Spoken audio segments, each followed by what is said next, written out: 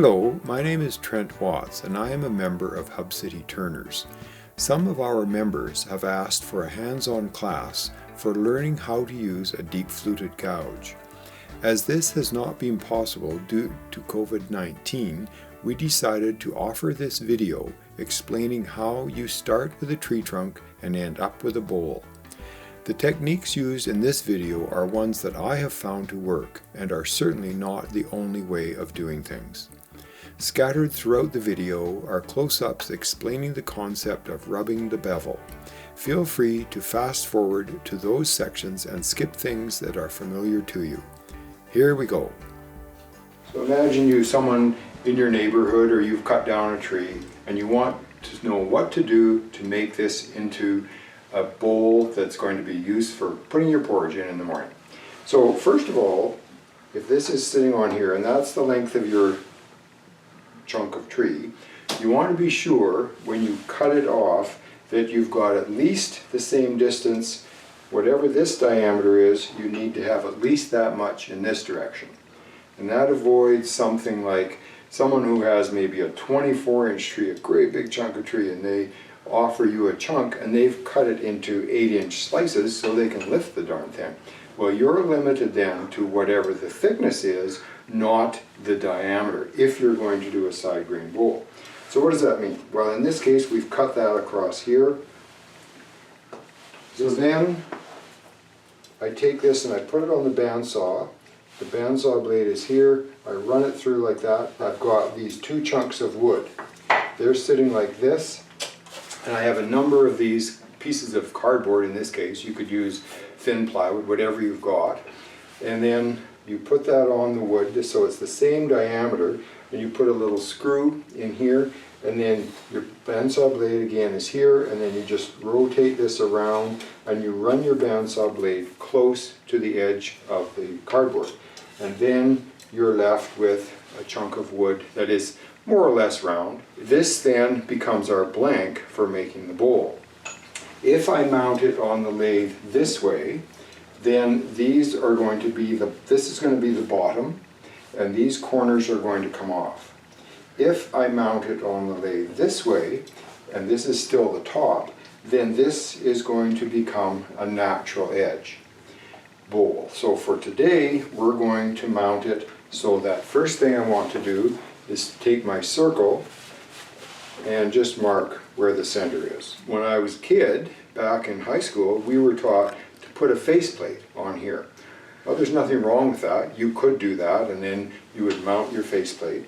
The problem with that is once you mount that faceplate, you're committed. You haven't got any movement. If there's a little bit of a void in the wood and you want to subtly move it, if I'm between centers, like we're going to be, then I can just take it apart and move it just a tiny bit and still get my roundness. What I use is a 3-point drive. This drive is made by Elio Menace. He's one of our turners from Lloydminster, and he's also an incredible machinist. So this is a really good drive for starting bowls. You can put this number 2 Morse taper directly into the headstock, or in this case I'm going to mount it into the chuck. So we're finished locking the 3-point drive in, and now we're going to get ready to put our piece of wood in. Remember, we said this is going to be a regular bowl, so the curved part is going to be the bottom. So I find the center that I marked with that pencil, put that on there, then I can slide my tailstock up, lock the tailstock, and I can just gently put the live center in, and then I can follow this with my finger just to see if I'm close to lined up. So the next step is to begin turning. And before we begin turning, it's always a good idea to just stop, collect your thoughts, and think, okay, what else have I missed? Well, one of the things we haven't done is be sure that we have good protection. The American Association of Wood Turners have great resources on how to stay safe while turning. Check them out. Okay, so the next thing we want to begin setting up for the deep fluted gouge. Whenever I set my tool rest, it's really important to remember to turn the piece by hand before you start. Let's say I thought, okay, that looks about right, and I start to turn it, and I hit the piece of wood on my tool rest, I'm going to be in trouble. People often ask, how high should the tool rest be? In my case, I like to have the tool rest height so that whatever tool I'm using is pretty close to center. I can always adjust that a little bit by going up and down. This is a little bit low right here. So I'm going to just put the tool down, lift this up a little bit. Okay, so we've tested it by hand. We're now going to test our speed. In this case, I've got it set really low, way lower than it needs to be, and I'm going to crank that up until it seems like it's a pretty safe speed. This is a good time to mention there is not one right speed in terms of RPM.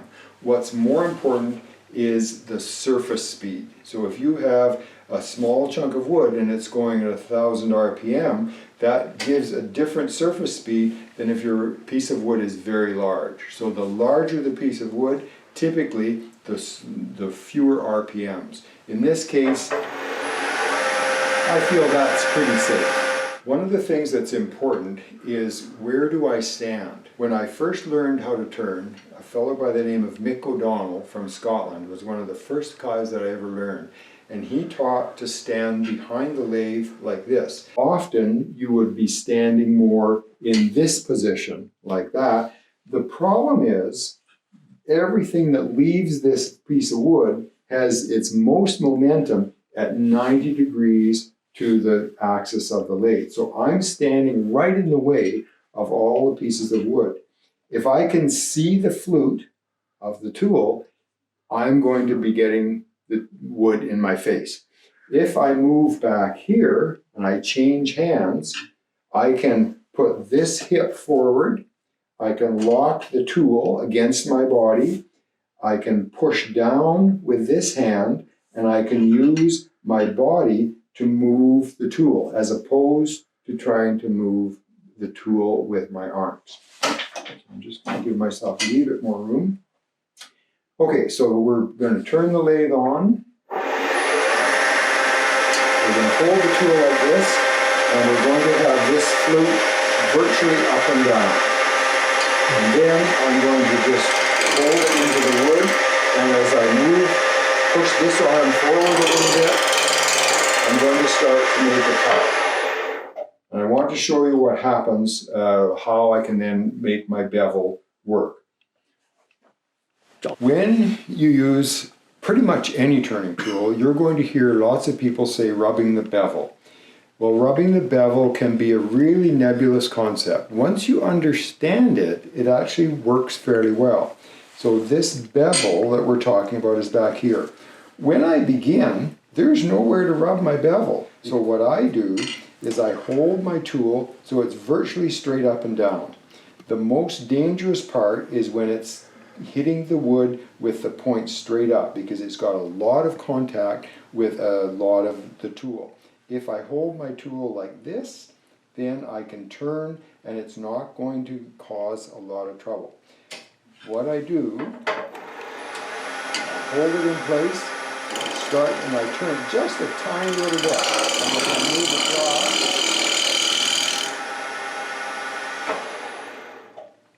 I've got a little bit of the corner of that piece off.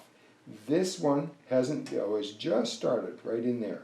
So then I move back, I turn it up, and as soon as I've got that tiny little bit, that's when I get my edge so that it's safe.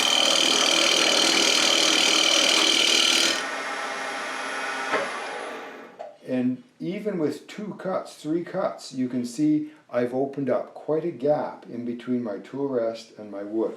So I want to move that in a little bit so that I don't hang over quite so far.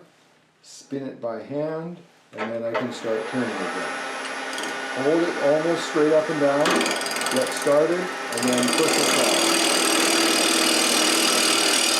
I just keep going out like that, turn it down, come back, get a little tickle in there until I feel that edge start.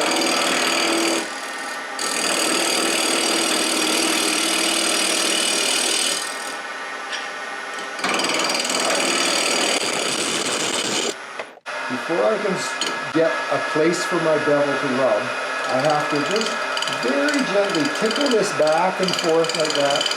Then I can find a spot where that back edge, I'm going to just stop the lathe so I can show you that. If I take my pencil and I mark this right in here, that is all I've got. Less than 1/16 of an inch, but that's enough to give this tool control. If I go in here like this and I'm turning, it's going to grab that tool, try and pull it up, or it's going to take the wood and flip it out if it can. So that little tickle with the face of the jaws, or sorry, the face of the tool straight up and down gives me a very safe position, and then just a tiny little tickle will allow me then to turn the wood up. I'll just show you that again. Back in here, tickle, tickle, tickle, then a slight rotation.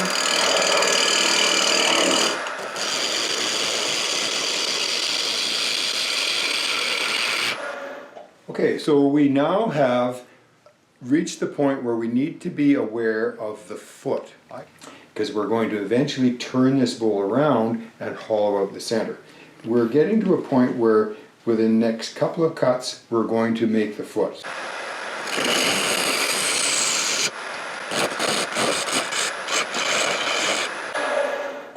So we've got rid of most of that wood. We've got a little bit there, there, and still some in there.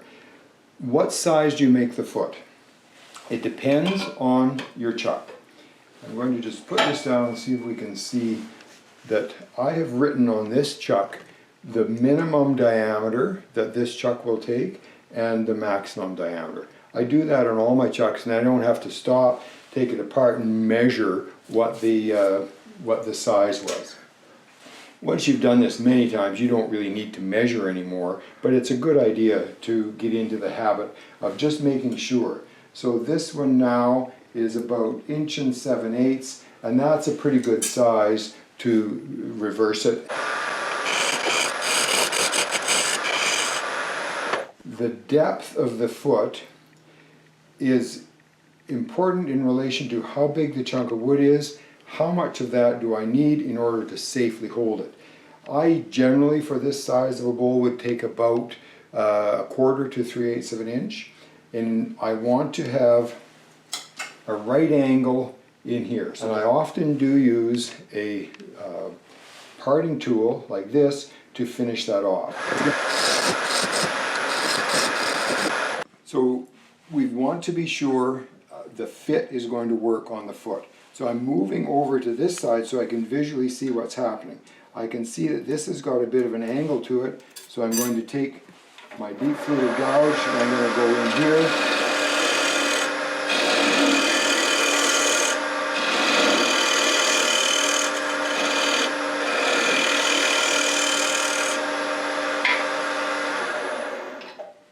Clean it up with this from this direction.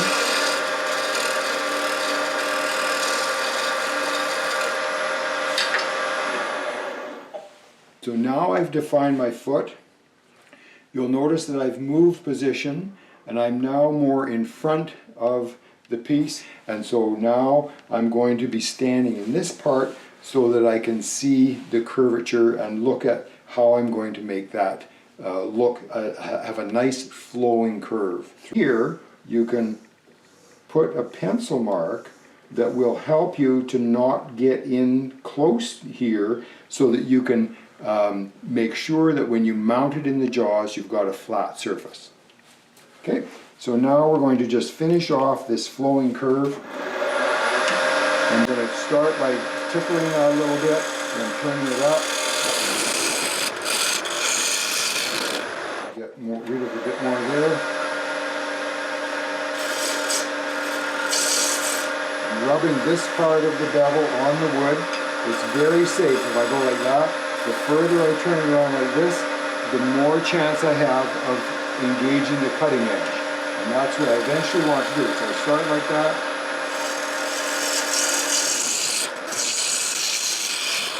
I'm just going to stop the lathe here because this is an important part to see. You can see where I'm cutting. I'm just using the tip that's cutting back here, and the little bit that's on this side is cutting this edge. So it's set in here like that. What's really important is I don't want to be in here like that, because even though this bevel is in contact, I have so much wood in contact there that it has a tendency to grab and pull in. So I want to be back in this part of the tool where I'm just cutting on that edge. So I'm just going to finish this off.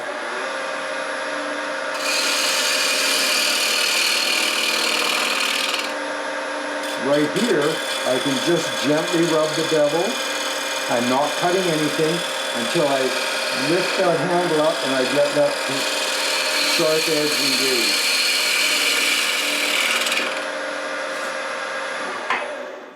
So I've still got a couple of lines on here. I've got a bit of a bump there.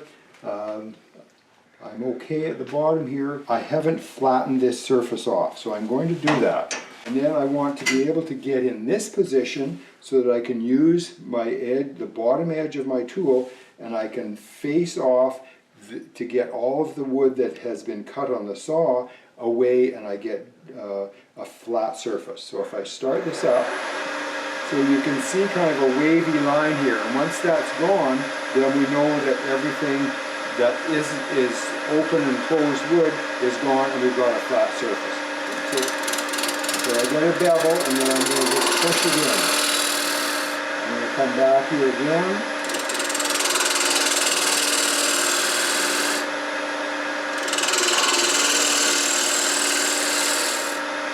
So I'm just cutting with this part.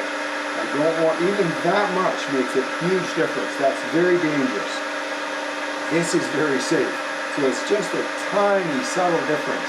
And this is where a lot of people get into big trouble without knowing why, is they put the tool in like this, or you try and rub the bevel back here, and all of a sudden you've got way too much wood in contact.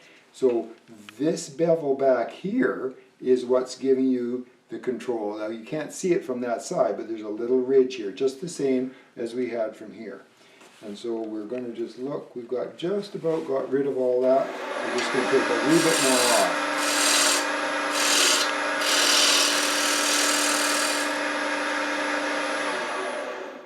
Now I can start to fair this curve and get it even with that edge.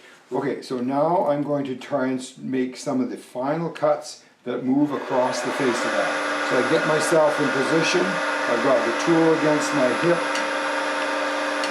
I can engage this by tickling. I have to get back here now. When I pull off a cut like that, in order to start, I want to rub this bevel, and then as I bring the handle forward, that will engage the point. Rub the bevel, then bring it forward, and I'll pick up that line. At this point, I've got a feeling that something's not right. I've got the point engaged, but it's just not pulling the wood off. So I know that from past experience, what's happened is the tool has become dull. So I stop, I go to my grinder, and I resharpen that tool. So I'll just show you that now. When I'm sharpening a tool, I'm going to be using some of those same techniques where I start safe. This is where I want to sharpen, so I rub the bevel. I go back, and then at some point I can kind of feel it fall right into place.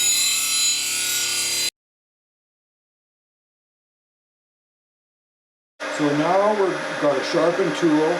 We're going to pick up this edge, just tickle a little bit. Now I've got a spot for my bevel.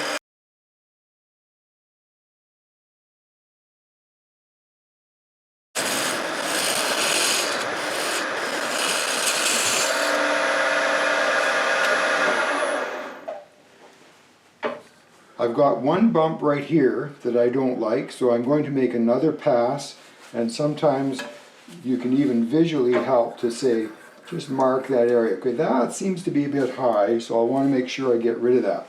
And you'll notice here, I stopped just a fraction of an inch before I pulled the tool right off. The reason is that helps to avoid breaking some of the end grain off. So now we're going to pick this back up here, and we're going to try and fair this curve so visually it looks good all the way around. So to do that, I have to start back here and rub my bevel.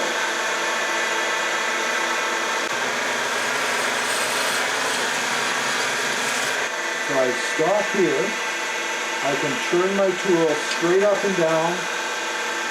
I don't want to touch the top edge, and I want to really almost straight with the bottom. Get my body really tight,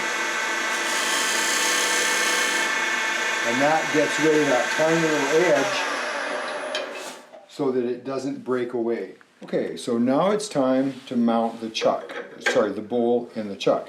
So we want to remove the 3-point drive, loosen off the chuck, and then we hold the bowl up. So I want to have these jaws contact the face. So this is where that 90-degree that we talked about comes in handy. I'll just change hands here. So as I tighten this down, you can see, okay, that's just about it there. So as I push this in, then the face of the jaws make contact with that rim that we left. That really, really helps. If you've got a kind of a cove or a curve in there, then these jaws don't know where to sit, and your bowl can very, very difficult to get it back straight again. So now we can then just take this and we can see that bowl is running pretty true. We have now got our bowl mounted in the chuck. It's good and tight. We feel really good about that. It's running smoothly.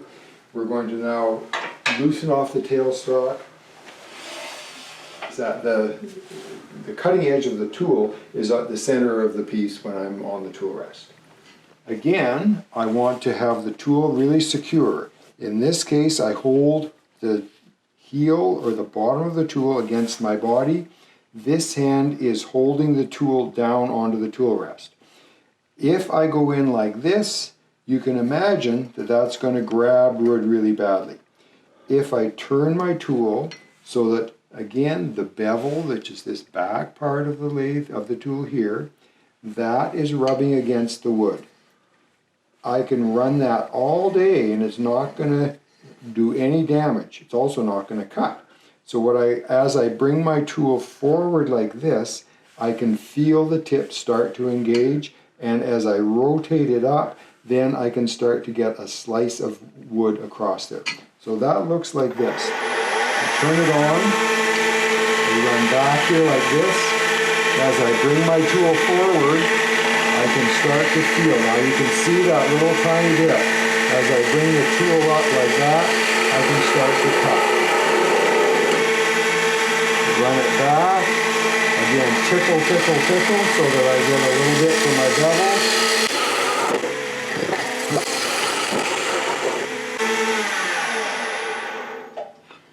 So that is the beginning of the process. From here on, it's really just repeating that, and you try and make your curve more or less the same, reflect what's going on the outside, and then when you get to the bottom, you haven't got it so thin or so thick that it doesn't look right.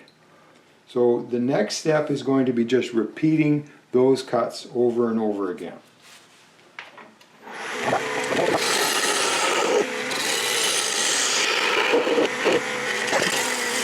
I want to show you how to make sure that the right part of the tool is engaged. It's got this part of the curve right in here. That's the cut that's going, the bevel is back here and the cut is happening right there.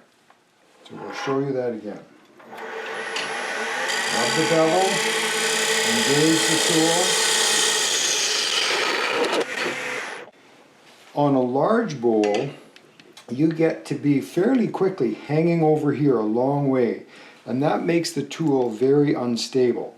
So at this point, what I would often do is move my tool rest so that it goes inside the hollow that I've created. That way, the tool is still hanging over at the furthest part of the arc, but it comes back and it gives me more support again. I've got that just a little bit too high. Run it to make sure it's not rubbing.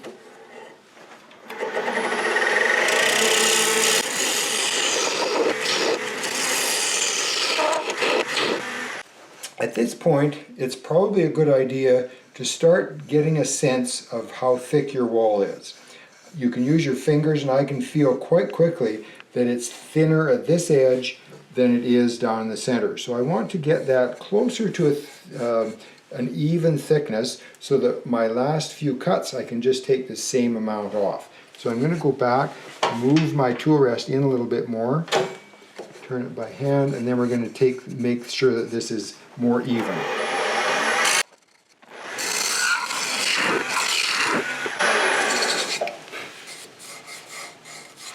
Okay, we have come to a point where we're getting close to the end of our inside turning. We want to make sure that we've got a really nice even thickness on the wall. There's a couple of ways of doing that. One is to just use your fingers, and you can get a pretty good idea with that, particularly on a small bowl. If you've got a larger bowl, one of these bowl depth gauges from Lee Valley works really well. You can put this on the inside here, and then you can turn this knurled knob until there's no pressure on it, and then you just gently roll it up, and when it stops, that's the thickness at that point right there. So then we can run this along, and as it gets down here, you can see there's a gap developing in here. That tells me that this part is thicker than at the beginning. So if I come back here, so now we're going to go back to the tool, and we're going to try and make that a nice even swooping curve all the way down.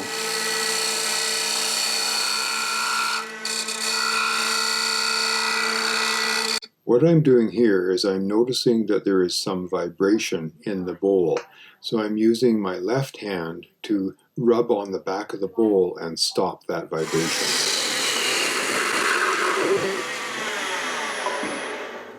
So now we have just about finished the inside. There are a few tiny ridges, and I'm going to show you a technique that works really well to help smooth those out. You could go directly from here to sandpaper, but the shear scraping effect with this tool really makes a difference. This is a tool, again, this is one that Elio makes, and it has a multi-changing radius on this end so that you can come in contact with whatever radius you've got inside your bowl. This technique is called shear scraping, so we're not going to be holding the wood in great contact with the tool. We're going to be tipping the tool up a little bit, and we're actually cutting right on the burr. So this goes into the tool, onto the tool rest like that, and then we're just going to bring it out like that. So I'm going to slow this down just a little bit. So I've got this cutter at about a 45-degree angle.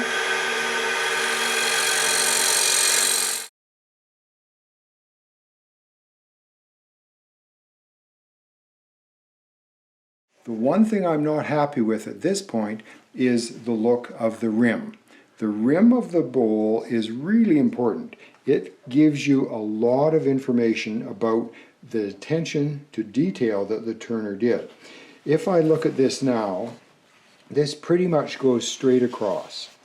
And there's nothing wrong with that if that's what you like. I like to have the inside edge a little bit on an angle so that my eye is drawn from the outside edge and goes down in. In order to do that, I would use this deep fluted gouge. Again, I don't want to push all the way out because then I could risk breaking bits off. So I'm going to turn the lathe on.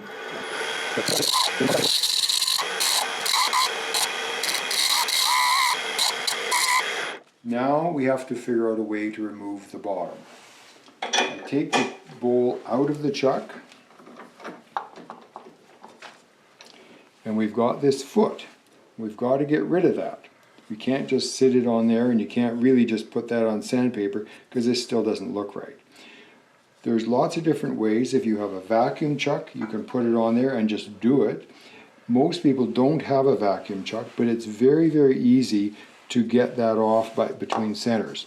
So let's say you have a scrap piece of wood around that has a tenon on it already. I keep these around for many things that I turn.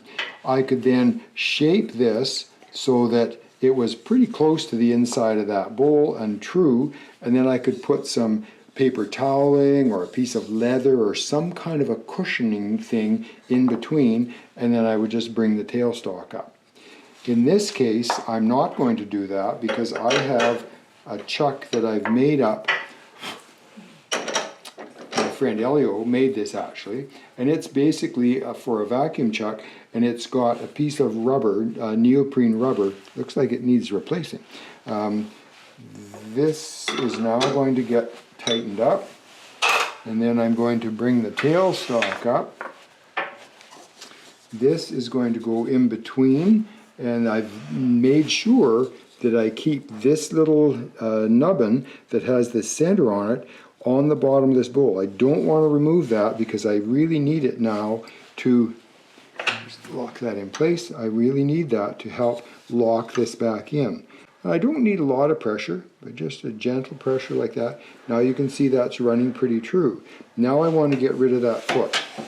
I can decide to incorporate that foot into the bowl, or I could just remove it all and have the bowl sit on a bit of a hollow out. And that's what I think I'll do in this case. But before we do that, we want to make sure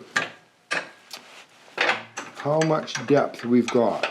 So you can feel and judge, or you could go back to your measuring gauge and you could put that on. Actually, we'll do it right on this edge here. Okay, so we've got a good ½ an inch or more, so we know we've got lots of room. We're not likely going to go through the bottom.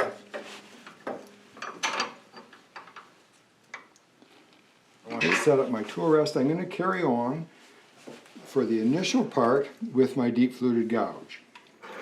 Start the lathe up. I can come in here like this. I'm going to be rubbing my bevel. And now I've got a spot for the back of my bevel. You can see that edge.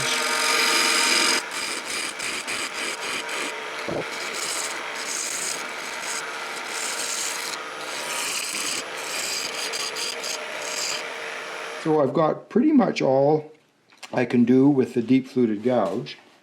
If I put this ruler across here, we can see that it's just barely touching here and here, and it's touching there as well. So if I just cut this foot off, it wouldn't be very stable. It would rock. So what I want to do is take a little bit more out. I can use this tool. This one is made by Elio, and it uses a 1/8 inch by 1/8 inch high-speed steel cutter that you might use on a metal lathe.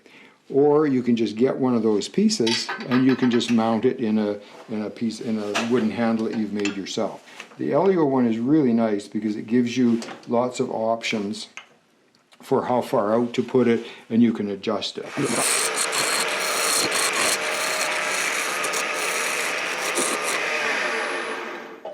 So that's all I really need to do, and then the rest of this is removed with a hand chisel and then sandpaper to finish the bottom off. So we're just going to take that out.